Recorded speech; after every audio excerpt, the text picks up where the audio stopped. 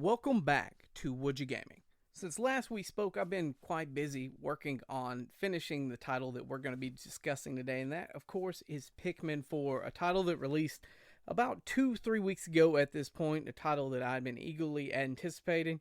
Want to get into my thoughts on the title, what I think about it after nearing completion. I'm at least in the post game on that title. Wanted to go over just the thoughts on that before we begin. If you haven't already, follow us on Twitter and Instagram, and subscribe to the channel on YouTube if you've not already. But let's dive right into things. Pikmin is a franchise that first debuted on the Nintendo GameCube, a quirky real-time strategy game where you led the plant-like titular characters around solving puzzles, defeating enemies, and gathering parts to your crash ship. The game had a time limit, giving you only 30 in-day games to rebuild your ship and escape lest you be trapped forever. The first Pikmin title was quite challenging. I remember playing through on my first attempt, reaching the end of my 30th day time limit. Of course, it was over at that point, and I got the bad ending. Depending on if you found enough of your parts to get off the planet, or if you found more than enough, there were one of 3 different endings you could get, encouraging you to play through multiple times. It is a franchise that can be both charming and challenging, at least in certain circumstances it can be challenging, not always. I played a bit of Pikmin 2 on the Wii, but never completed that title, though I will remedy that when the physical releases. I think that's September when it's going to drop. I'm going to pick that up. I have fond memories of it, and its difficult caves that you'd explore, in addition that was not in the original title. Each sequel seemed to add something new to the mix, a new Pikmin type, a new type of enemy, some quality of life improvements. Less than a week before Pikmin 4 rolled out, my daughter and I rolled credits on Pikmin 3 Deluxe, a Wii U game that was repackaged as a complete edition with extra bells and whistles, re-releasing on the Nintendo Switch, as Nintendo has done with many of their titles that released on the Wii U, and that would be due to the Wii U not selling so well. And the title was a fantastic experience. You could play through the entire main story in co-op with another player, scurrying about with your own squad of Pikmin, working together to solve puzzles at times or overcoming foes, or you go off in separate directions to do your own things to try to accomplish more. We played the title in anticipation for the release of its sequel, Pikmin 4, and I was sure we'd love to play together in co-op, and I could not wait. Fast forward to the release date and us finally popping the game in, and I quickly discovered that I did not pay close enough attention. I didn't do my research on Pikmin 4. The robust co-op experience in Pikmin 3 Deluxe was noticeably absent, replaced by a rock-slinging assistant that left my daughter and I less than thrilled. Why Nintendo would take split-screen co-op, a feature that made the title fantastic to play with somebody else, is beyond me. You even have a dog companion in Pikmin 4 that another player could control, though that is not what I wanted either, but Nintendo did not even go that route. We were both very disappointed in the co-op on offer with this latest entry, but alas, what are you going to do? We can only hope that Nintendo releases a better co-op experience via an update, and we don't have to wait for Pikmin 4 Deluxe on the Switch 2 to play that experience the way it was intended. Now, having done a bit of research after the fact, I will give the co-op its due, as you are able to throw other usable items as you earn more points slinging rocks, making it less dreadful than I initially indicated. I still would rather have 2 teams of Pikmin running around, but this is the direction Nintendo chose to go in. Despite my initial disdain for the title's lack of co-op, there's a lot to be happy about when it comes to Pikmin 4. It is overall a vast improvement over its predecessor, aside from its lackluster co-op experience. The environments look much more fleshed out and detailed. This was one of the first things that I noticed when I booted up the demo. The closer viewpoint helps me as an old man with not the best eyes to see more of what is going on with the gameplay and the world around you. You also have the companion dog, Ochi, which you can ride on. The ability to ride on Ochi and carry Pikmin that are not blue Pikmin across water to areas that would normally be unreachable to those Pikmin is incredibly helpful. The ability to ride Ochi in general is just game-changing because it helps you prevent Pikmin from trailing the party and being vulnerable to an attack. Too many times I've lost Pikmin due to them not being able to keep up. Those days are long gone in Pikmin 4. Another wonderful feature that I used many times was the ability to rewind time, whether that be a couple of minutes or to the start of a sublevel. If you lose too many Pikmin for your comfort in an area, and it's a couple of clicks away and incredibly helpful, especially if you don't want to lose any Pikmin and you're trying to have a zero death run. You will still be doing what you typically would in a Pikmin game, exploring, gathering obscure treasures from Nintendo IPs, planting and harvesting Pikmin, as well as rescuing Olimar yet again. You'd think at this point Olimar would have sworn off traveling to another planet. In the first title, he has to escape the planet alone. In the second game, he came back for items to keep the company out of bankruptcy, yes, but in the third and fourth title, he's being rescued yet again. Guy has just never learns his lesson, it seems. Along with gathering treasures, you'll need to gather raw materials in order to either upgrade your suit, purchasing consumable items, or to use for building bridges or other structures that will help you reach areas that are otherwise inaccessible. Ochi the dog, who assists you throughout your journey, either by ferrying you across waters once he learns to swim, or simply helping your Pikmin carry heavier items back to your ship, is a wonderful addition. While you could control other crewmates in previous Pikmin titles, none have the utility that Ochi offers.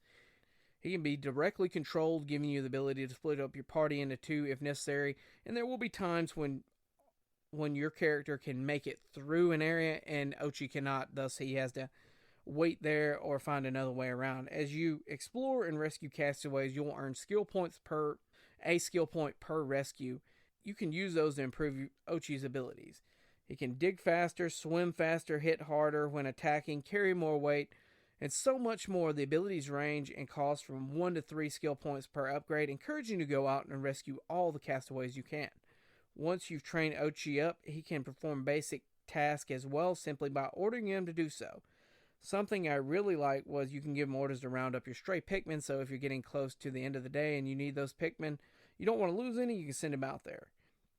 There are a bunch of consumable items as well, which are unlocked by collecting enough Sparklium or reaching certain milestones in-game. These range from mines that can be used to do damage to enemies when they get close enough, to an emergency kit which automatically revives you once you reach 0 HP.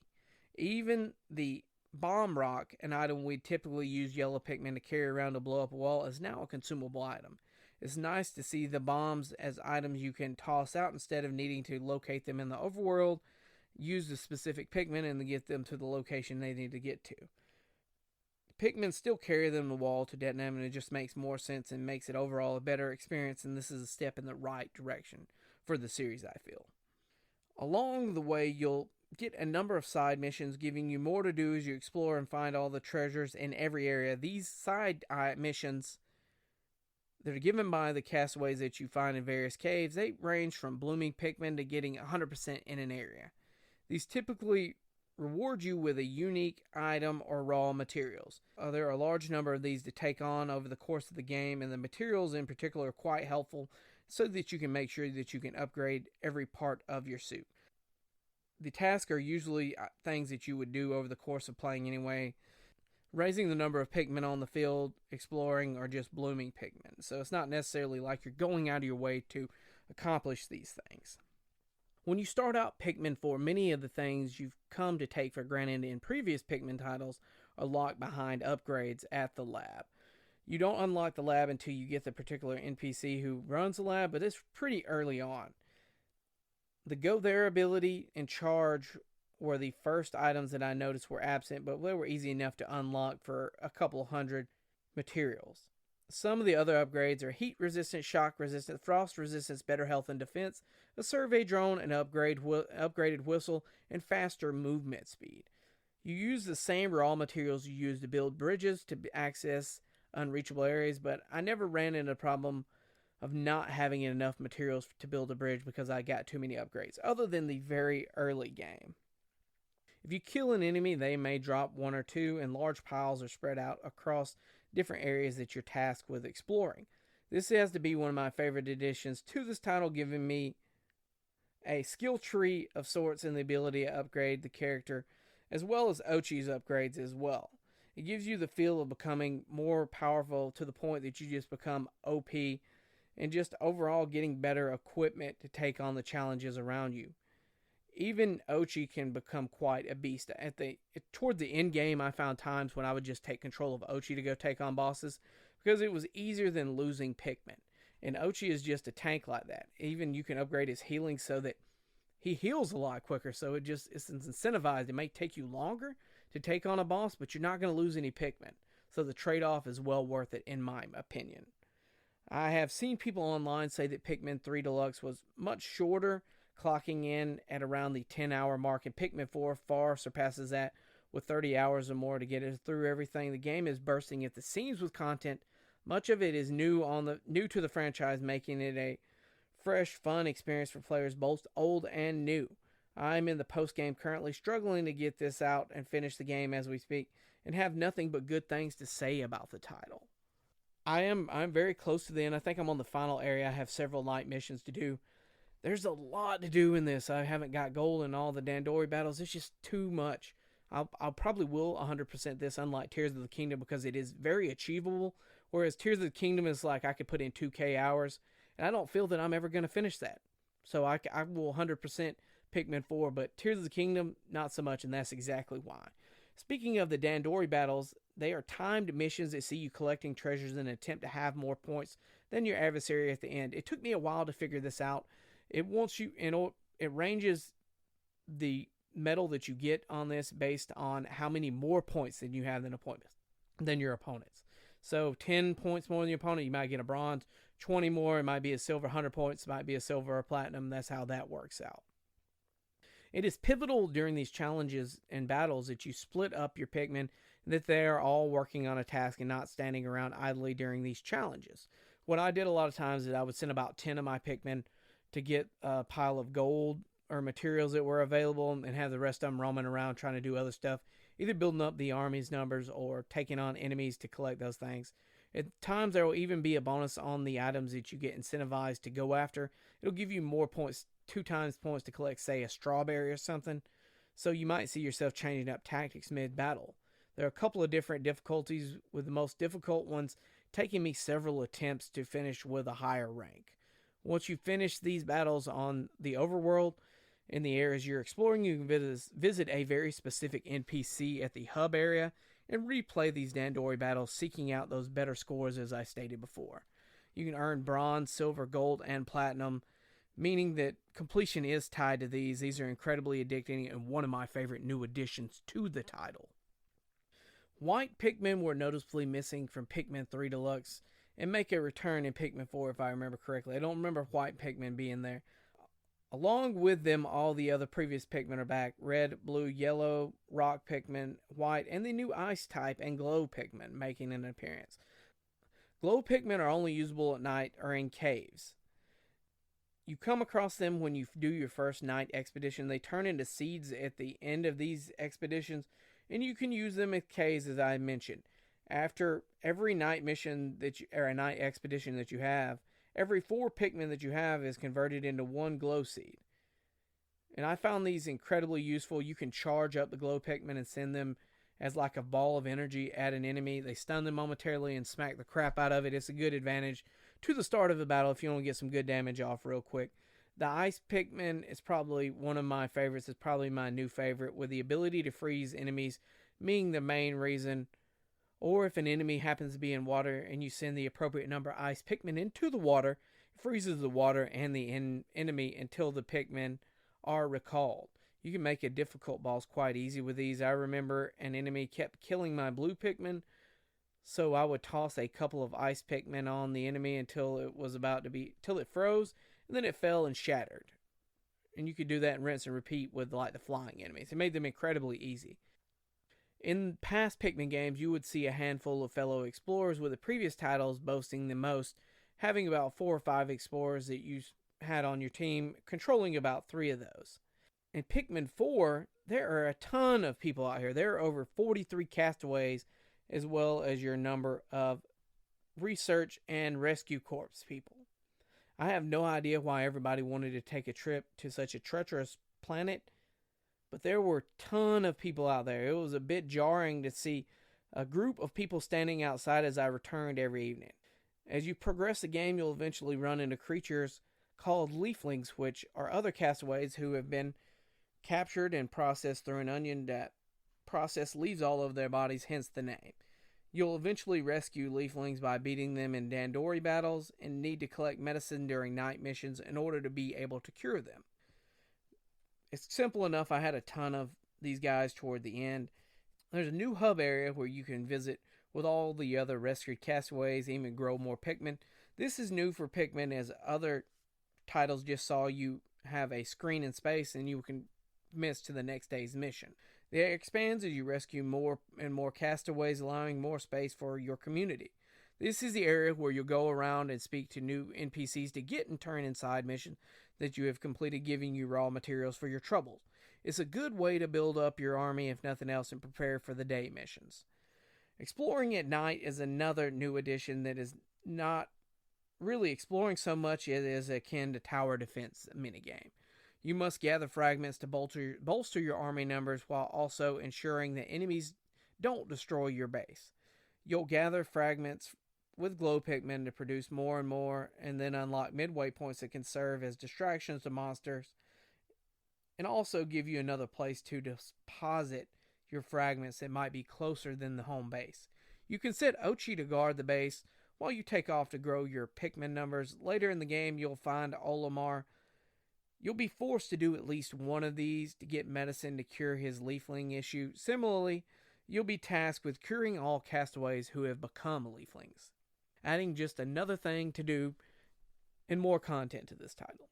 Once you roll credits and continue the game, you're able to explore more areas and are tasked with finding all castaways and given their total number. I was missing 16 and had about 9 leaflings yet to cure. The game is not short on content in any way. There are countless treasures to find, Dandori battles to take on, and perfect, some of which are incredibly challenging. There are also the side missions that you can complete, which a lot of those seem to reset, just giving you a way to infinitely earn raw materials, and you earn about a 30 a pop there. So you'll have to bloom 300 Pikmin or pluck 300 Pikmin, something like that, and it'll give you 30 more. It's just easy way to get those materials. There was even a mission where you could play out what happened to Olimar, similar to what you could do in Pikmin 3 Deluxe.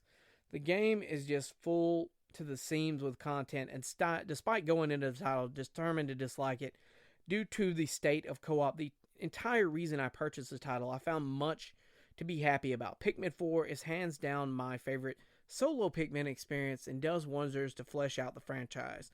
I am sure Nintendo will keep tweaking the formula and add on to the next title in the series, and that is what excites me the most. I cannot wait to see what Nintendo does next, or what we'll see in the next updates that might come for this.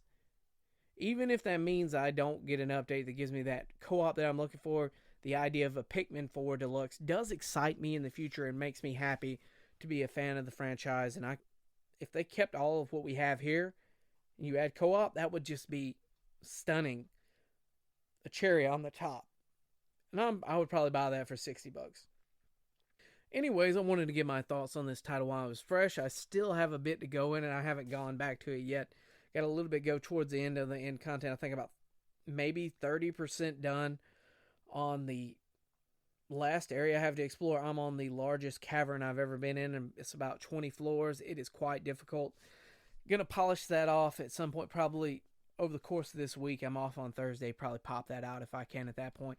I have a Pokemon Presents that just came out a couple minutes ago, but I don't know if I'm going to discuss that or not because it's probably pretty lackluster and it's not going to give us a lot to talk about. Anyways, let me know what you guys thought about this. Are you picking up Pikmin 4? Is it not something that's on your radar? It's a cutesy game, yes, but it can have its challenges. It's a lot of fun. If nothing else, wait for a sale when Nintendo discounts it in 10 years because you know that ain't happening. Anyways, peace.